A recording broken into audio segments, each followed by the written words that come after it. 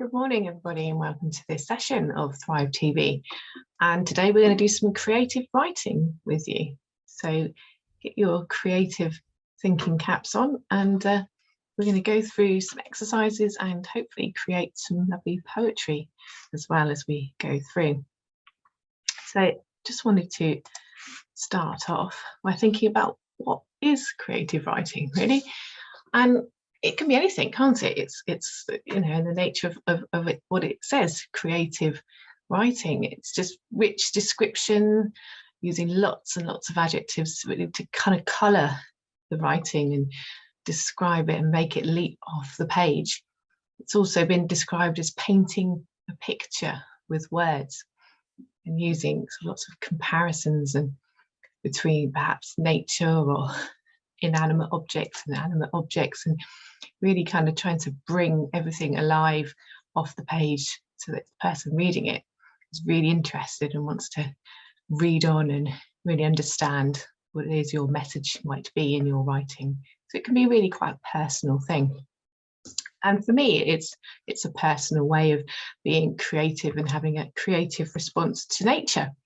So I'm going to show you a couple of pictures, and we're going to talk about perhaps the romantic poetry and the links between nature that these poets had. We've got some pictures here of a sort of dark and stormy night. So have a think, what does that make you think of? And for Ted Hughes, when he was writing the poem Wind, he used the imagery of this house has been far out at sea all night.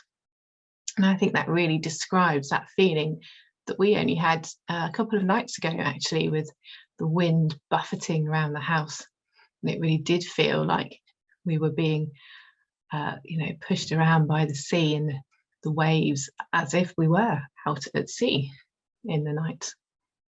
So that's a really lovely way of describing that. So instead of saying it was really windy, he said, this house has been far out at sea all night. So I love that, that poem there, Wind, from Ted Hughes. The next one, so we've got a picture there of a lovely scene, idyllic scene, some might say, actually, across the countryside with a couple of clouds. What does that make you think of? And I've picked this picture to talk to you about Wordsworth and I Wandered Lonely as a Cloud, which is taken from his Daffodils poem. So actually not a poem, a picture that kind of goes that way in that sense with the poetry there, but it just makes you think, actually, lonely as a cloud. So we have got a cloud there in the sky, kind of quite singularly there. And again, it makes us think, I wandered lonely as a cloud. Quite lonely up there, isn't he, on his own, that cloud? And you could perhaps think of you being on your own in that picture in the countryside and how you might feel and what you might see and hear and think about while you're sat there. It's that link with nature again. This time I'm going to show you a little clip. Let you just listen really here.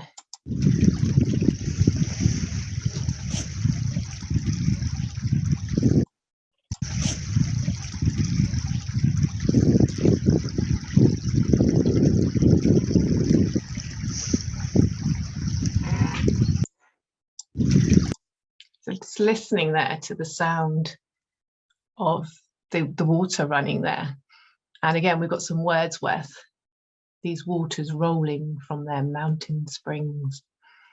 It's really, they are sort of rolling down the mountain. You could think of that water there coming down. And again, it's a lovely sound. So what would you how would you describe that sound if you were going to write about it, really? It's a very calming sound, I think. The sound of water running. Let's have a look. Very different now. So water still, but these big waves crashing up Freshwater Bay. Really engulfing there, aren't they? The Albion Hotel, quite massive, those waves. And how would you describe that? Oh my gosh, the sound would be very different, wouldn't it? to that nice gentle rolling sound of the waters in the stream, to this would be quite a loud and crashing sound as the rocks are being lifted off the beach and thrown up.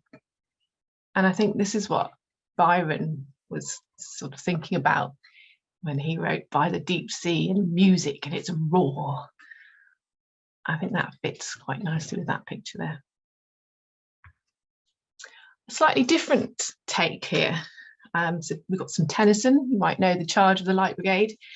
And this is the picture here of Tennyson Down looking back towards Freshwater Bay, actually.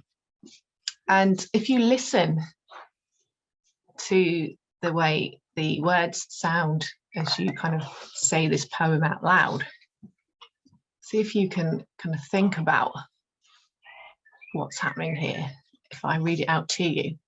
So we've got cannon to the right of them, cannon to the left of them, cannon in front of them, volleyed and thundered, stormed at with shot and shell, boldly they rode and well, into the jaws of death, into the mouth of hell rode the 600. And actually Tennyson wrote this poem as he walked up the down here, so you can see kind of steep ground there. If you've walked up to Tennyson Down, you'll know that it's quite a wide, expansive walk. It is quite a trudge up there.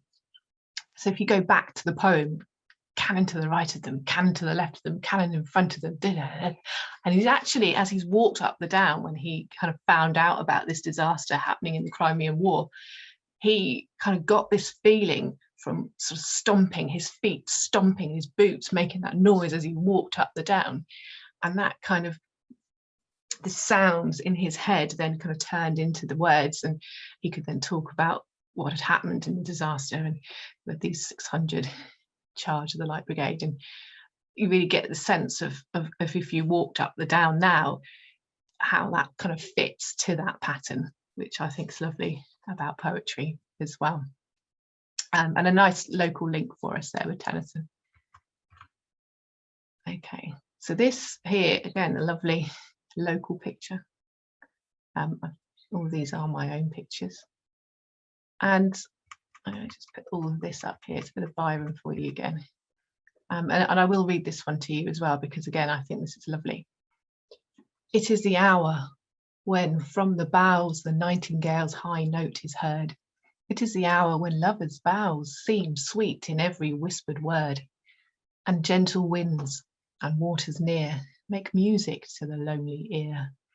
Each flower the dews have lightly wet, and in the sky the stars are met, and on the wave is deeper blue, and on the leaf a browner hue, and in the heaven that clear obscure, so softly dark and darkly pure, which follows the decline of the day as twilight melts beneath the moon away.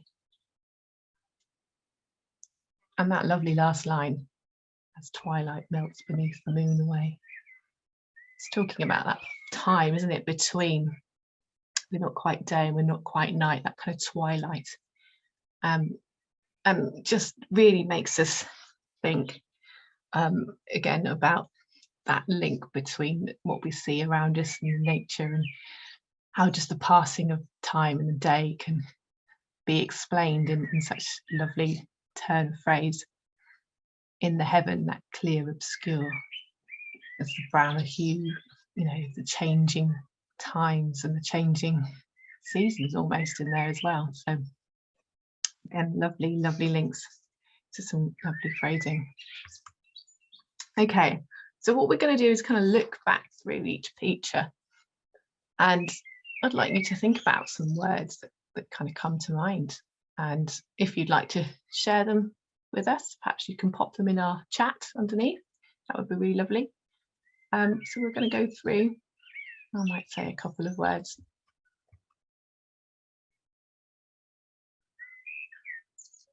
What do we think? So I think it's very gloomy, it's very apprehensive as well, isn't it? Something going to happen. Is there going to be a storm on the horizon there?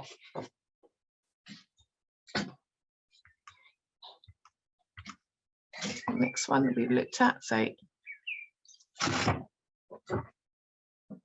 again, sort of thinking very calm, serene, very blue. I think colour would fit here, wouldn't it? It's very blue. What do you think? And the waters, those calming waters. What are you thinking? That's some good words to describe that sound.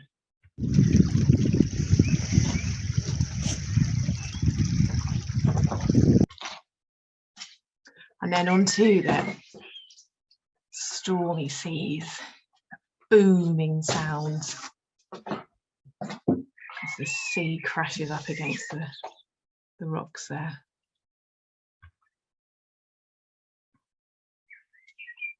It's such a wide, lovely, it just free. I always think about being free when I'm up in the Downs, you know, just that whole feeling on top of everything there.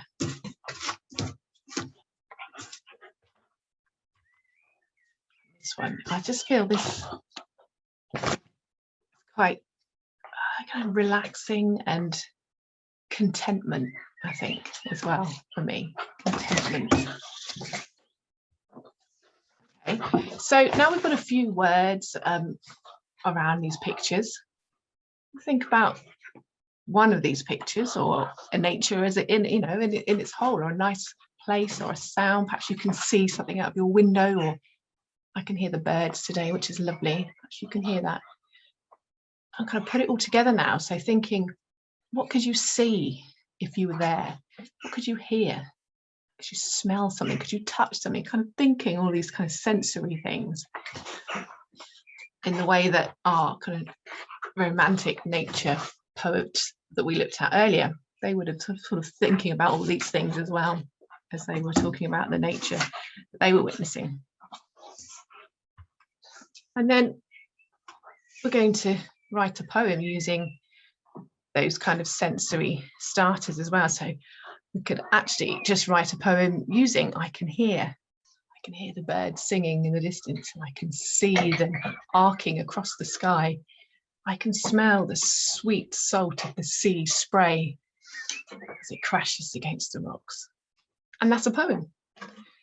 Okay, so if you want to do this little activity and you'd like to share it with us, perhaps you'd like to do the I can poem, or actually just go for it with free verse and just think of one of my pictures or one of your own and write me some poetry. Please do, and send it in to me as well, or pop it in our chat box underneath this video. So as we said, so sharing would be lovely. I'd love to receive those. And thank you for coming along today and listening, and hopefully you've been able to create some lovely poetry and some lovely words and phrases related to the nature that you enjoy. See you next time. Thank you. Bye-bye.